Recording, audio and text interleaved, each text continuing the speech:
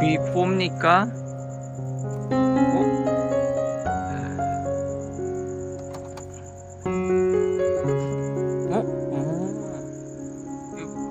카메라 잘 보이네. 이게 설마. 안녕하세요, 일렉트로캠입니다. 오늘도 흥미진진한 테슬라 이야기를 해볼까 합니다. 제가 인트로 영상을 또 썼는데 그게 다시 가서 충전 속도를 좀 체크해볼까 합니다. 좀 바빠서. 그리고 여기서야 뭐 슈퍼차저를 잘 안 쓰니까요. 로드트립 할 때나 쓰는데, 사이버트럭의 이제 충전 속도가 또 개선됐다는 얘기입니다. 이제는 800V를 좀 제대로 쓸 수 있게 되는 것 같습니다. 그래서 이걸 쓰신 분들의 이제 리뷰들이 나오는데, 차징 커브에 대해서 사이버트럭이 너무 느리다라는 또 비판을 많이 받았었죠. 근데 이미 몇 번 개선이 됐죠. 제가 이 영상에서 예전 영상 보면은 얘네들은 진짜 전자기기 같이 판다, 팔아놓은 다음에 계속 개선하는 거죠. 업데이트를 통해서. 그거 왜 처음에 완벽하게 못 만드냐? 그게 실제로 팔릴 때의 그 볼륨이라든지 그걸 아무리 시뮬레이션 하고 이래도 실제를 100% 다 시뮬레이션 하는 거는 불가능합니다. 그리고 팔린 다음에 들어오는 데이터 양이 장난이 아니기 때문에, 물론 고객들한테 먼저 좀 아이캐칭하게 이제 가는 것도 있지만, 시장을 100% 읽어낼 수 없고 과학기술적으로나 판매량이나 모든 면들이, 그러니까 한 80-90% 완성시켜 놓고 팔고 업데이트해서 맞춰가는 게 대부분의 전자기기들이, 애플도 그러지 않습니까? 애플 인텔리전스도 공개했지만 뭐 100% 작동하려면 한 1년쯤 걸릴 것 같은데요. 일단 영어부터 되겠지만 언어 지원도 그렇고요. 그래서 이제는 제법 피크가 무려 405kW, 이거 엄청, 350은 저리 가라 할 정도네요 진짜. 이제 800V를 제대로 쓰는 것 같고, 평균 속도가 113kW고 평균 에버리지 했을 때 굉장히 빠른 겁니다. 이건 피크가 아니라 이제는 150마일을 15분, 이 덩치 큰 트럭이. 그래서 이 배터리 얘기를 좀 해볼까 합니다. 테슬라는 꾸준히 계속 발전하고 있고, 이미 총체적으로 전반적으로 모든 걸 아울렀을 때 배터리 거의 최고 기업이 아닌가 이제는. 그런 부분들이 뒤에 이제 리미팅 팩터 분께서, 다른 미국의 유명 유튜버 분들이 여러 자료들을 수집하고 실제로 배터리를 까고 있고, 그리고 UC 샌디에고에서도, 대학에서도, 기업에서 어떻게 하나. 옛날에는 기업 간끼리 리버스 엔지니어링을 했는데, 이런 거 보면. 근데 이제는 대학이 오히려 이제 기업에서 만든 배터리를 이렇게 열심히 까는 거 보면 참, 이게 원래는 선두 그룹이 새롭게 하는 게 학계거든요, 아무래도. 근데 요즘 기업이 더 빨리 가는 면도 다 그렇다는 게 아니라, 여전히 새로운 아이디어나 이런 건 학교에서 많이 나오죠. 근데 한편으로는 그 갭이 많이 좁아졌고, 어떤 부분에 있어서는 기업이 참 빠르다라는 느낌도 듭니다. 그래서 저런 배터리 얘기를 하기 전에, 사이버 트럭이 무려 MOM으로 61%나 넘게, 소이어가 이거를 X에 공유를 했는데, 무려 5,175대나, 그동안 같은 기간 동안 다른 회사의 모든 전기 픽업 트럭을 합쳐도 5,500, 거의 비슷하게 팔았다는 얘기죠. 이러니 가격이 내려가지가 않죠. 그래서 제가 또 사이버 트럭 가격을 계속 체크해 봤는데, 저도 이 가격에 샀거든요. 여전히 이 가격입니다.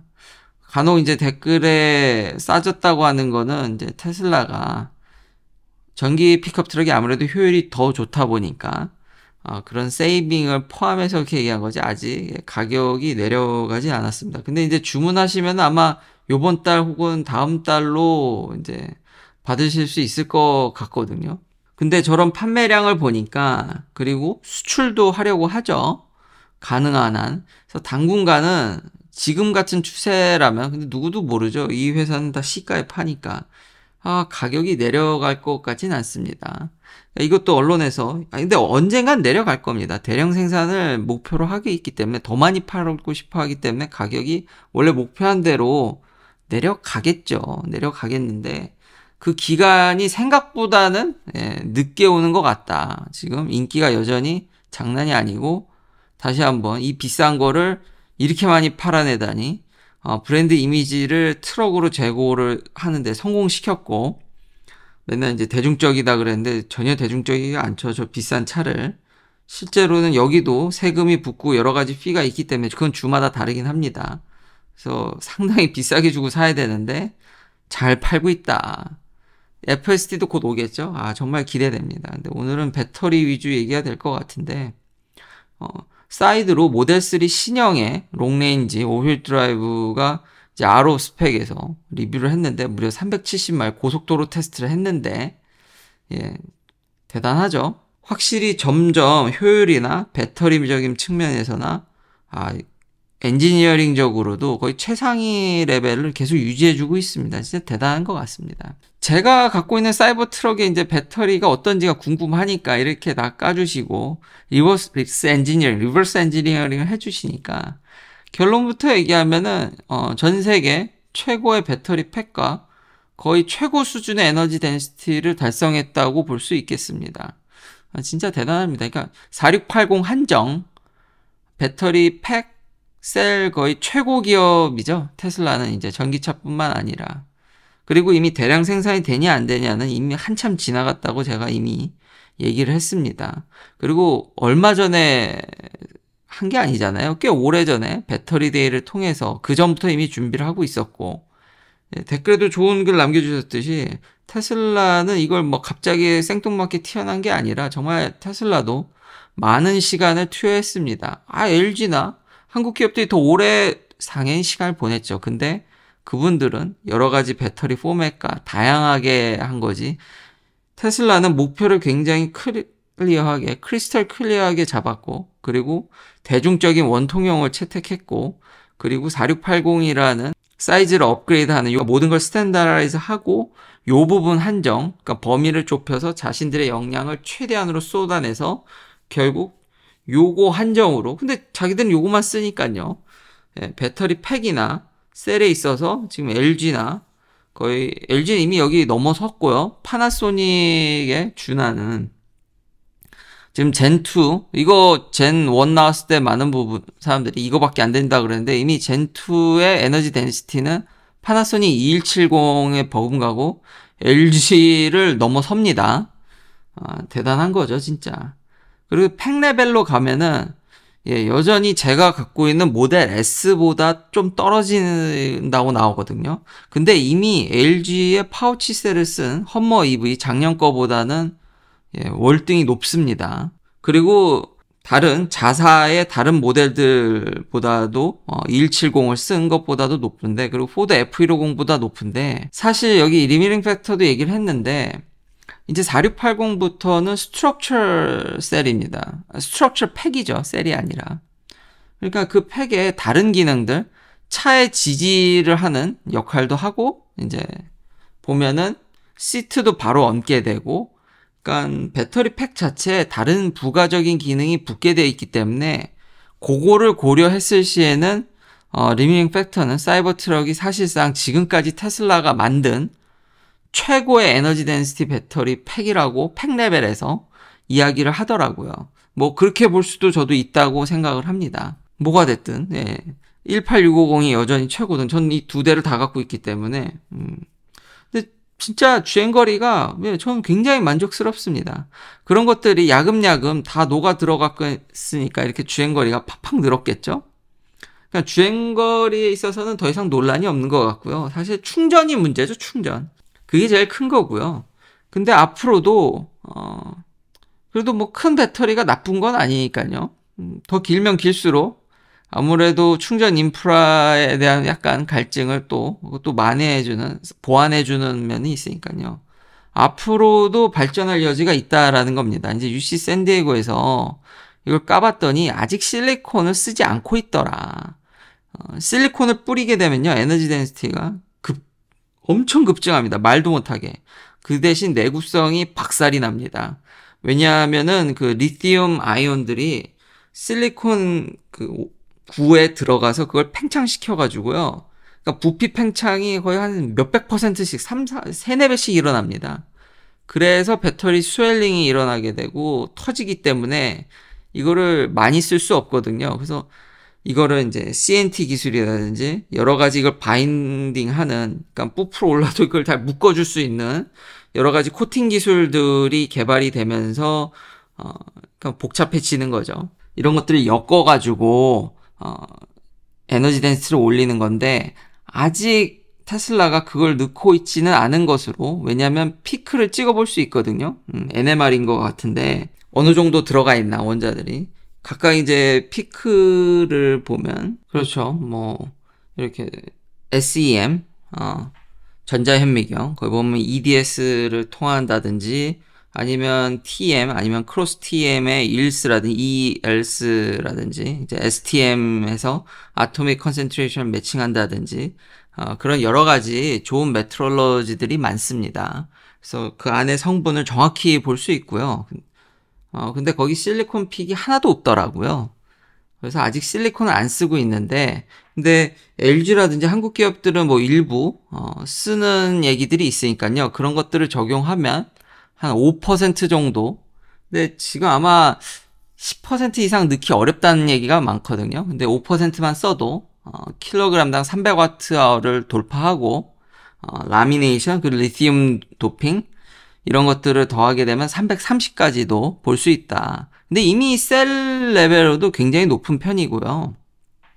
이것까지 더해지면 뭐 거의 압도적인 기술을 자랑하게 되는 건데, 언제 이게 들어올지 저도 기대가 엄청 되는데 이게 쉽지가 않습니다. 아까 말했듯이 요런 거 하나하나 적용되기가 무지무지 시간이 오래 걸립니다. 이 기술들이 이미 10년도 전에 학계에서는 굉장히 많은 논문들이 이미 너무 많이 나왔고요. 스탠포드의 이취 교수님인가요? 그 실리콘 넣어가지고 하는 건 2007년 전에 나노와이어 이런 쪽에서는 심지어 나노와이어라는 스트럭처를 만들어서 그 팽창하는 거를 최대한 좀 그래도 그때 패터닝을 해서 나노 패터닝을 해서 내구성을 증가시킨다든지 뭐 그런 일도 했었거든요. 근데 그게 벌써 2010년도 훨씬 전 일들입니다. 참 상용화가 얼마나 어려운지를 알 수 있는 거죠. 이 부분이 천천히. 근데 많은 비판을 딛고 여기까지 왔다라는 게 앞으로도 근데 이런 추세로 갈 것 같습니다. 근데 모르겠습니다. AI가 이제 많이 들어오게 되면은 이런 기술 발전 속도가 정말 여기도 드라마틱하게 갈지, 재료 쪽이 참 시간이 많이 오래 걸렸거든요. 그래서 300도 넘을 수 있다. 그러면은 더 긴 주행거리를. 근데 현재 여튼 지금 현재 4680의 수준은 굉장히 높다. 지금 배터리 회사들과 견주어도 손색이 없을 정도로 잘 만들고 있다. 다시 한번 이게 대량 생산 논의는 의미가 없다. 되든 안 되든 이 정도만 하는 것도 대단한 거고, 이거 정도만 하더라도 가격 협상력이 어마무시하기 때문에 이미 그 파나소닉은 지난 영상에도 얘기했듯이 대량 생산할 수 있다라고 이미 천명을 했죠. 그러면은 제가 봤을 땐 게임이 끝났다고 보여집니다. 이게 참 그래서 큰 이익을, 근데 안정적으로, 아무래도 재료 사업이지 않습니까? 거의 배터리 사업이. 그러니까 안정적으로 꾸준하게, 그만큼 경쟁자도 한번 자리를 잡게 되면 경쟁자들이 잘 오야 들어오기 힘든 시장이니까요. LG나 한국 기업들에도 수익 개선에는 당연히 도움이 되고 좋은 일이지만 뭐 그렇게 폭리를 취한다거나 그럴 일은 없습니다. 다시 한번. 그리고 캔 두께, 요거는 제 전문이 아니라서, 근데 요런 것도 개선을 많이 했더라고요. 캔 두께도 많이 띠닝을 해서, 그리고 코팅 두께까지, 이 리미링 팩터도, 참 그런 것까지다. 그러니까 코팅 두께가 그러니까 잘 눌러가지고 에너지 덴시티를 또 올리는데, 기여를 하고 있는 게 보여집니다. 그러니까 다방면으로 이제 배터리의 성능이 좋아지고 있다라고 볼 수 있고, 이 정도면 세계 최고 수준입니다. 팩 레벨에서도 이미 최고고, 그게 사이버 트럭에 실렸다는 게 그러니까 잘 팔리죠. 저 비싼 게 참. 그래서 잘 하고 있다. 그 외에 이제 뭐 로봇 택시인지 아닌지 확인은 안 됐지만 이미 스튜디오에서 약간 캐모플라지를 해서 테스트하는 것도 보여지는데, 차근차근 잘 가고 있는 것 같습니다. 다로 진짜 기술의 시대죠. 그러니까요. 좀 더 국가적으로, 그러니까 이런 과학기술에 투자가 더 많이 돼야 우리 삶이 많이 바뀌지 않을까라는 생각이 드는데, 뭐, 저도 연구자라서, 이거 너무, 제 위주로 얘기하는 걸 수도 있습니다. 꼭 감안하고 들어주시면 감사하겠습니다. 마지막은 애플인데, 그러니까 기술이 얼마나 우리 생활을 바꾸느냐. 이건 진짜 끝내주는 것 같습니다. 한국에서 이게 크게 화제가 안 되는 것 같아서, 사실 제가 교통사고로 잘 쓰던 에어팟 프로 1을 날려먹었거든요.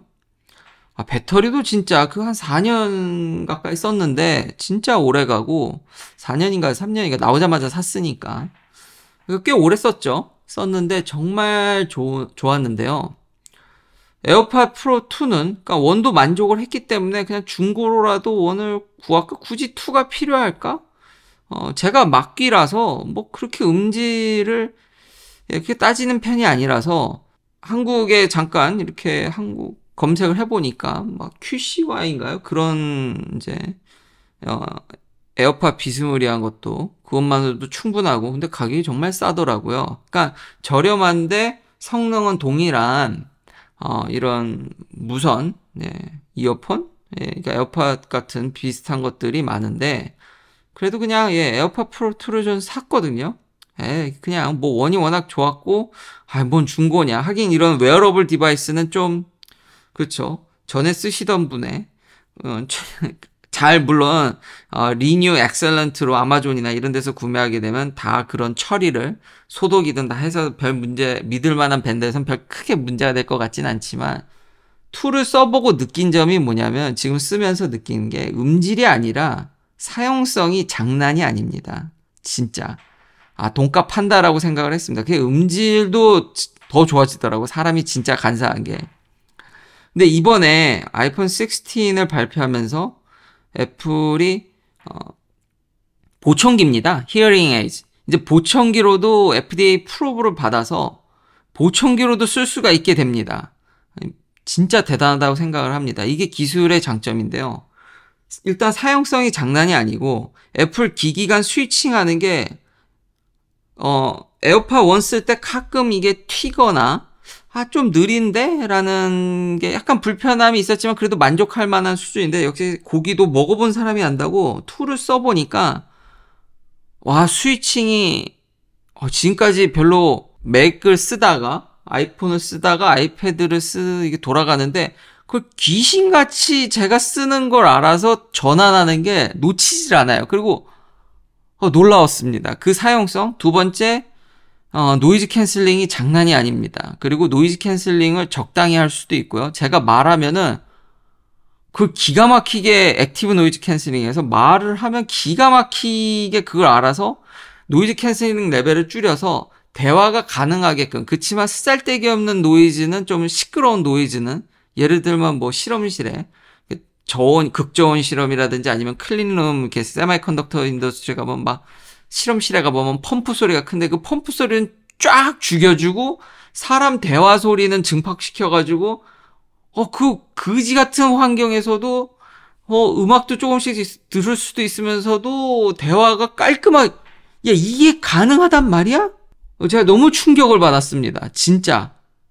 그 사용성은 $200 이상의 가치는 그래서 제가 최고의 이어폰으로 너무 강추합니다. 음질이 아니라 그런 사용성, 그걸 느끼고 나서 보니까 이 히어링 에이드 기능에 대해서 더 크게 느껴지더라고요. 이제 한국은 이제 고령화 사회입니다. 진짜 할머니, 할아버지 분들이 넘쳐나는 사회가 될 텐데 뭐 첫 번째로는 다들 건강을 기술이 계속 이렇게 발전하고 있기 때문에 뭐가 나올지 모릅니다. 그러니까 그때까지 모든 할머니 할아버님들 진짜 할머니 할아버지님들 진짜 응원하시고 건강관리 잘해서 기술이 잘 나와서 그걸 잘 유지하게 해주거나 노화를 방지하거나 아니면은 이런 기술들 그러니까 청력을 잃어가는 건 어쩔 수 없습니다. 그러니까 노화의 하나의 과정인데 그거를 기가 막히게 보정해 줄 수도 있겠다라는 생각을 제가 에어팟 프로 2를 쓰면서 그런 환경에서 노이즈는 줄여주고 말도 잘 들어주면서 여기다 AI까지 들어가게 되면 동시 통역이라든지 내가 원하는 기가 막힌 그 내가 원하는 포인트의 말들을 더 강조해서 얘기해 준다라든지 더 기술이 나아가면은 상대방이 무슨 얘기를 하는지 요약해서 대화가 원활하게 된다든지 제가 늙었을 때라든지 장애인분들이라든지 몸이 불편할 때 혹은 이제 늙어서 나이가 많아져서 힘들어졌을 때 얼마나 이거를 도와줄 수 있겠습니까? 이것 때문에 제가 볼 때 히어링 에이드 팔던 회사분들은 적지 않은 타격이 있을 것 같은데요. 그리고 디자인적인 측면에서도 할머니 할아버지들이 또 보청기를 잘 안 끼시는 게 너무 그게 이제 나이 들었다라는 좀 실망감, 그 너무 드러내놓고 내가 불편하다라는 걸 보여주는데 에어팟을 끼게 돼서 이게 보청기 기능까지 하게 된다 그러면은 젊은 사람들도 쓰고 모두 쓰는 건데 사회에 이렇게 외모적으로도 녹아내는데도 장난이 아닐 것 같고 다방면으로 생각을 해봤는데 이 웨어러블 기기가 이제는 AI를 등에 업고 계속 그 얘기는 몇십 년 전부터 나왔거든요. 학계에서 웨어러블 디바이스에 대한 연구, 학교에서도 이렇게 막 프로토타입 만들고, 근데 딱히 그렇게 크게 상용화된 게 멋있게 된 게 없는데 애플의 이런 걸 필두로 무섭습니다. 결국 FTA 승인 비슷한 절차까지 밟은 것 같은데 애플이 이 부분에서도 강점을 발휘하면서 그러니까 생태계도 확장하고 사실 이 아이폰 16에 대해서는 딱히 뭐 혁신이 없다라는 근데 이게 참 좀 그래요. 애플이 맨날 혁신은 없다 그러는데 엄청 잘 팔잖아요. 저도 처음에 보고 이렇게 딱히 혁신은 특히 이제 유튜브다 보니까 웬만하면 결국은 가깝게 촬영하는 건 결국 폰으로 다 촬영하더라고요. 아무래도 카메라에 관심이 많고 저는 아이폰 14 이후로 업그레이드를 안 했거든요. 센서 사이즈가 16도 똑같습니다. 근데 이제 루머는 소니의 그러니까 더블 레이어, 투 레이어 트랜지스터를 썼다라는 얘기가 좀 많습니다. 이게 무슨 얘기냐면 픽셀 트랜지스터가 이렇게 옆에 포로 다이오드 옆에 붙어 있거든요. 그러니까 이거를 밑으로 내린 거죠. 그러면은 당연히 빛을 받는 양이 실제로 빛을 받아서 작동하는 양이 더 늘어나게 되고 그리고 요 통도 늘렸고요. 익스펜션 시켰고 그러니까 회로 요걸 컨트롤하는 많은 이제 트랜지스터나 앰플리파이어는 이런 것들이 다 밑으로 가게 되고 그러니까 적층형이죠. 요즘 다 쌓는 게 유행인가 봅니다. 그렇죠. 그러면 이제 면적을 더 유틸라이즈를 맥시마이즈 하는 거니까 그 대신 이제 공정 난이도가 올라가게 되고 돈이 더 들겠지만 결국 잘 기술 혁신을 해서 그러니까 로우 노이즈 그리고 로우 라이트에서 그러니까 광량이 부족해도 면적이 실제 받는 면적은 늘어났으니까요. 그래서 16에는 이걸 쓰지 않았겠냐. 여러 가지 이제 부가 기능들을 봤을 때 리드아웃 타임이라든지 이런 거를 봤을 때 이런 게 적용되지 않고는 좀 쉽지 않다라는 얘기가 있는데 모르겠습니다. 이제 출시가 실제 이제 인플루언서들은 아마 미리 받았을 테고 이제 초기 1차 물량, 한국도 이제 1차 물량이 들어갔는데 9월 20 이후부터는 이걸 써가지고 더 많은 리뷰들이 나오고 실제로 그렇게 받아봐야 이걸 까보고 리버스 엔지니어링을 해서 이걸 썼는지 안 썼는지를 또 알 수 있을 테니까요. 근데 애플이 이런 얘기를 잘 안 하는데요. 그러니까 애플식 프레젠테이션도 좀 많이 좀 공부해 볼 필요가 있다라는 생각이 들더라고요. 사실 많은 분들이 이 채널을 보시는 분들이야 이런 거에 관심이 많으셔서 정말 감사합니다만 일반 분들이 이런 거에 크게 관심이 없고 저도 그러다 보니까 좀 더 이제 채널이 커지다 보니까 그런 분들을 그냥 적당히 좀 더 어떻게 하면 간략하게 얘기할까 하는데 애플도 실제로 언급을 하질 않죠. 이런 부분에 있어서.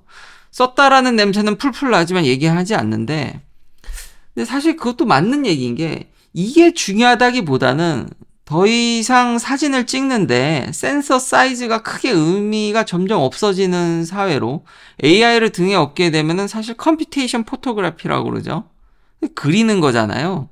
없는 것도 만들어내고 간이라고 해서 제너러티브 AI죠. 생성형 AI라고 하는데 아니 그런 것도 동원돼서 업스케일이라든지 화질을 증강시킨다든지 이미 그런 것들이 너무 개입이 돼 있고 아이폰의 화질이라든지 비디오 퀄리티가 좋은 거는 센서의 크기나 무슨 센서를 썼다기보다는 이제는 이 뛰어난 두뇌가 머리가 더 많이 개입돼가는 면이 없지 않아 있거든요. 그 기여하는 바가. 그렇기 때문에 그냥 포괄적으로 결국 소비자 입장에서는 화질이 좋은 사진이나 비디오가 찍히는 게 중요한 거지 무슨 센서를 썼는지가 크게 와닿지 않는 세상이 가는 게 아닌가. 그러니까 요점만 더 컨사이스하게 고객한테 더 좋아졌다.